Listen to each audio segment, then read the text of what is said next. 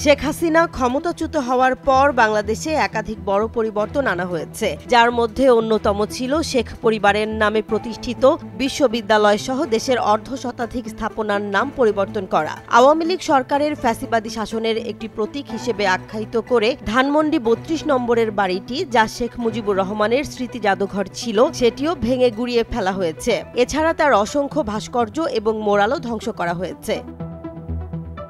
তবে এখনও দেশের সবকটি নোট ও স্মারক মুদ্রায় শেখ মুজিবুর রহমানের ছবি শোভা পাচ্ছে। এদিকে ঈদুল ফিতর উপলক্ষে আগামী ১৯ মার্চ বাজারে নতুন নোট ছাড়ার উদ্যোগ নিয়েছে বাংলাদেশ ব্যাংক। ৫, ২০ এবং ৫০ টাকার এসব নতুন নোটে থাকছে শেখ মুজিবুর রহমানের ছবি। ছোট এই নোটগুলোর পাশাপাশি বাজারে ছাড়া হবে ১০০, ২০০, ৫০০ এবং ১০০০ টাকার নতুন নোটেও বিদ্যমান ডিজাইন। সংশ্লিষ্টরা নিশ্চিত করেছেন যে এগুলোর মধ্যে শেখ মুজিবুর রহমানের ছবি থাকবে।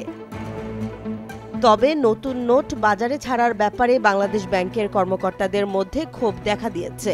কোনো কর্মকর্তা জানিয়েছেন, মুদ্রাবান নোট হচ্ছে দেশের মানুষের সার্বক্ষণিক সঙ্গী। প্রতি মুহূর্তে কোটি কোটি টাকার নোট হাত বদল হয়। গণ অভ্যুত্থানের পর সবার আগে ৫০০ ও ১০০০ টাকার নোট বাতিল ঘোষণা করা উচিত ছিল, যার মাধ্যমে আওয়ামী লীগ নেতাসহ সরকারের দুর্নীতিবাজ কর্মকর্তাদের কাছে থাকা হাজার হাজার কোটি টাকার নোট কাগজে রূপান্তরিত হয়।